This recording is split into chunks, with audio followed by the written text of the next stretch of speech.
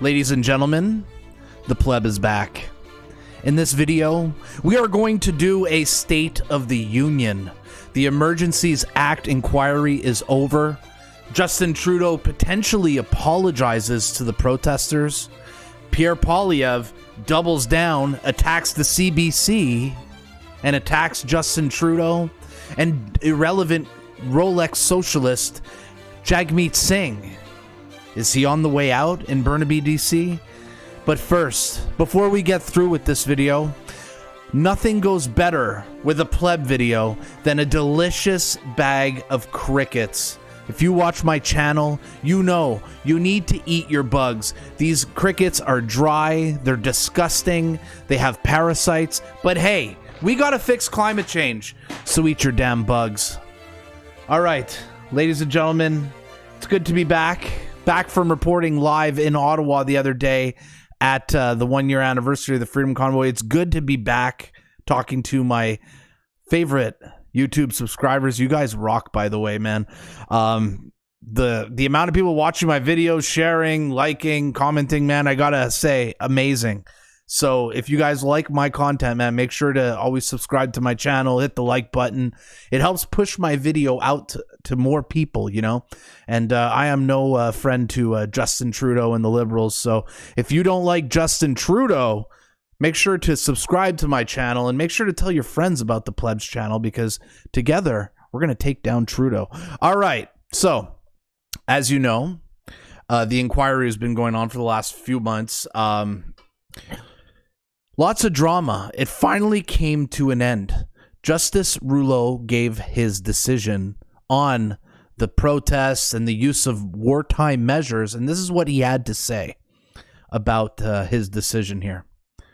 While nothing in my report is in any sense binding on the courts that may hear legal challenges to the use of the Act, I have decided to set out my own views on the invocation of the Act and the measures taken under it. After careful reflection, I have concluded that the very high threshold required for the invocation of the Act was met. Of course you did. In particular, for you are a lifelong liberal. Of course, they put a liberal judge at the commission to save Justin Trudeau's behind. We all knew this would be the result. But anyways, let's keep reading his, hearing his conclusion. Reasons that I discuss in detail in the report, I have concluded that when the decision was made to invoke the Act on February 14th, 2022, Cabinet had reasonable grounds to believe that there existed a national emergency arising from threats to the security of Canada that necessitated the taking of special temporary measures. Let me ask you this, Justice Rouleau. The protests were cleared like 3 days. I think, the borders were cleared like 2 or 3 days before the Emergencies Act was invoked. What did you need it for? You couldn't even, the Ottawa Police Service, the OPS, the police force of Ontario, Doug Ford, you guys couldn't figure out a way to end this protest yourself. You guys had to use actual martial law and wartime measures on your own people, freeze bank accounts to end this thing. The police couldn't have ended this thing. It's a massive failure on you guys. It makes you guys look bad. I do not come to this conclusion easily, as I do not consider the factual basis for it to be overwhelming. Reasonable and informed people could reach a different conclusion than the one I have arrived at. Yeah, the borders were already cleared. You didn't have to freeze people's bank accounts. The amount of damage you have done to Canada going forward, like, who's going to want to do business in this country after you guys are like freezing your citizens' bank accounts? Man, you set a terrible precedent too. Now going forward, if there's a protest that our prime minister doesn't like, now they could just freeze the bank accounts of these people. That's a terrible, scary precedent. And it's honestly a dark day for Canada. But friend of the channel, Pierre Poilievre, friend of the channel. I just like Pierre Poilievre. He's not my friend. But he had a comment here. The CBC reporter asked him a question, and this was Pierre's response. Justice Rouleau said that he did not accept the organizers' descriptions of the protest as lawful, calm, peaceful, or something resembling a celebration.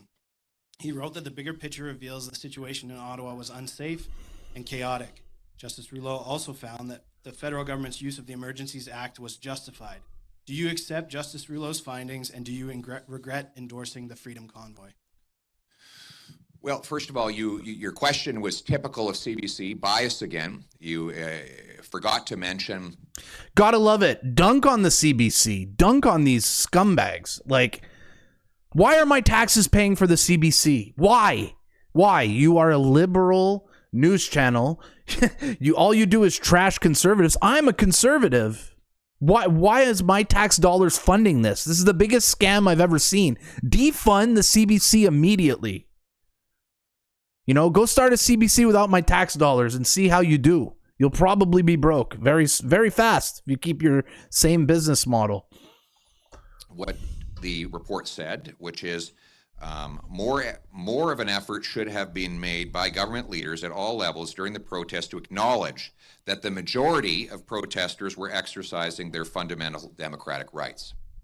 What I said before, during, and after the protest was that I condemn anyone who behaves badly, breaks laws, or blockades critical infrastructure. Agreed. While standing on the side of the hardworking people who have suffered so much under 8 years of Justin Trudeau and were desperately trying to have their voices heard against an insulting and divisive Prime Minister. Agreed. And the only reason that we had this emergency is because Justin Trudeau wanted it to happen, because he wanted to distract and divide Canadians from the pain and suffering that he has caused by driving up their cost of living, making it impossible for our youth to own homes, by taxing our working class, and by imposing unnecessary and unscientific rules that brought an end to the livelihoods of countless heroes we needed for our economy.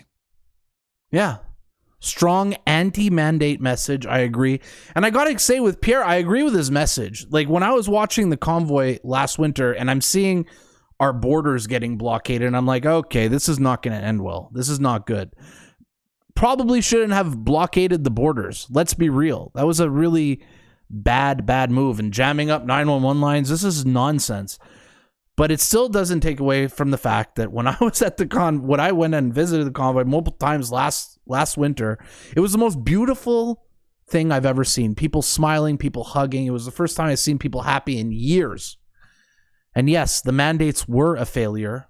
And thank you, Pierre, for sticking up for us. And thank you for sticking it to CBC. I hate the CBC. I genuinely hate the CBC. I can't believe my tax dollars funds this clown show. It's got to go. This is why when I go to the Pierre Poilievre rally, the biggest pop of the night out of all the things he said was, I'm going to defund the CBC, got a standing ovation. That was the biggest cheer he got in the night. So he's really tapping into the pulse of the nation. I mean, I don't even think liberals care about CBC. Next question. Oh, yeah. Here Trudeau gets asked a question if he regrets his comments about fringe minority here. Following today's report, do you have any regrets about calling Ottawa protesters a fringe minority? Yeah, I wish I had said that differently.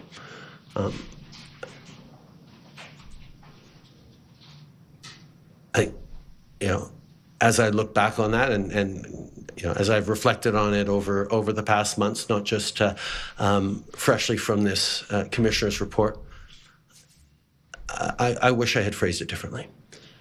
Does that sound like an apology? Okay, good start. Good start. I know you don't mean it, but it's a nice gesture, I guess. It sounds like nice words. Let's keep watching what he had to say. The fact is, there is a very small number of people in this country. So we're doubling down now. From an apology to dunking on your enemies. That doesn't sound like healing.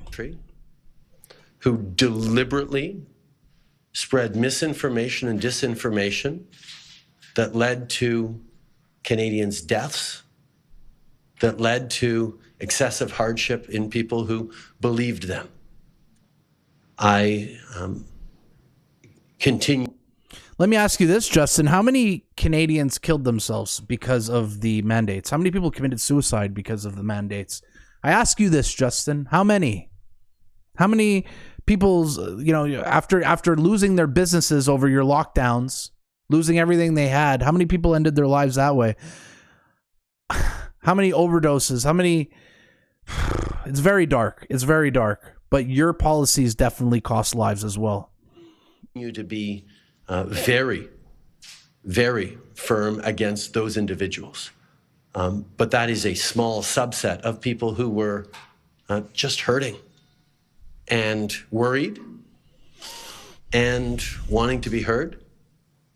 And as much as I tried to emphasize throughout the time that, of course, we're always going to stand up for freedom of speech and freedom to protest peacefully. Freedom of speech. I wish I hadn't said something that was... The guy literally wants to censor our internet, censor the social media algorithms. Don't talk to me about freedom of speech, Justin. Was able to be spread larger. If I had chosen my words a bit careful, been more specific, I think things might have been a bit easier. Yeah. Okay, so it started off with a nice apology, then it gets to attacking the people who protested against him, the anti-science people, the people who had questions regarding the you-know-what, the jibber-jabber. But, man, Pierre Poilievre later then comes in and quote tweets himself from his video earlier. He goes and responds and says, now Trudeau admits protesters were not a small fringe minority with unacceptable views. Let it be a lesson to him to stop insulting, jabbing his finger in the faces of suffering citizens. Exactly. Justin Trudeau was a bully during the pandemic.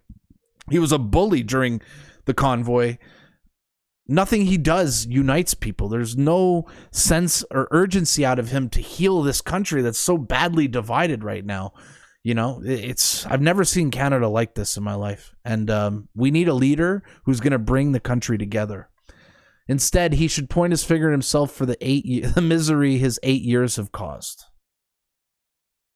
Yeah, it's been a long 8 years, man. It's been a long 8 years. Oh, boy. Oh, boy.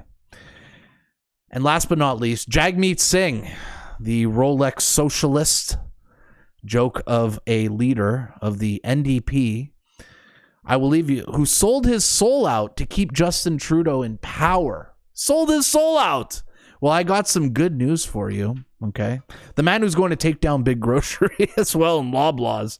I got some good news for you.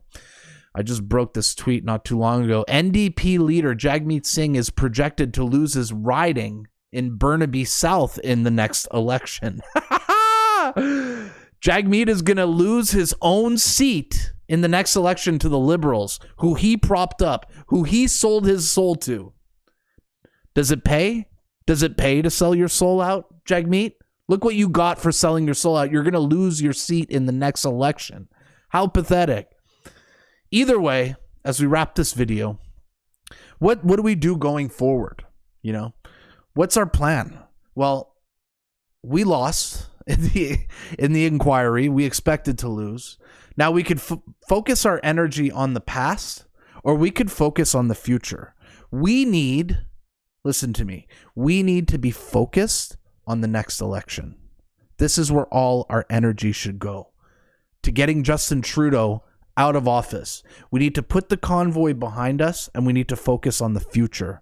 We need to make sure the only way Justin Trudeau gets any accountability for what he did will be at the polls in the next election. So tell all your friends, the next election is the most important election in our country's history. With our country so badly broken, we've turned into a joke on the world stage. Like, the whole world's laughing at Canada at how crazy it is. Like, just yesterday, they were talking about, they want to give, medical assisted in dying to teenagers, to kids. This is how dark Canada's come. We need to focus on all our energy on getting our country back. And the only way we get our country back is at the next election and at the ballot box. So tell all your friends to vote for Pierre, because this is the only guy who's going to get rid of Justin Trudeau. And we don't make Justin Trudeau pay for what he did unless he loses his job in the next election. So I'm all in on Pierre Poilievre. I'm focused, razor focused on the next election. The Convoy will forever be the most beautiful 3 weeks in Canadian history to me. It was history in the making. It was one of the most beautiful things I ever witnessed. But we need to put that in the past and we need to focus on the future. And the future is the next election. And the future is Pierre Poilievre. So like, share, and subscribe my video. Subscribe to my channel if you enjoyed my content. If you didn't, you don't have to. But I appreciate you guys watching. I will see you guys in the next video.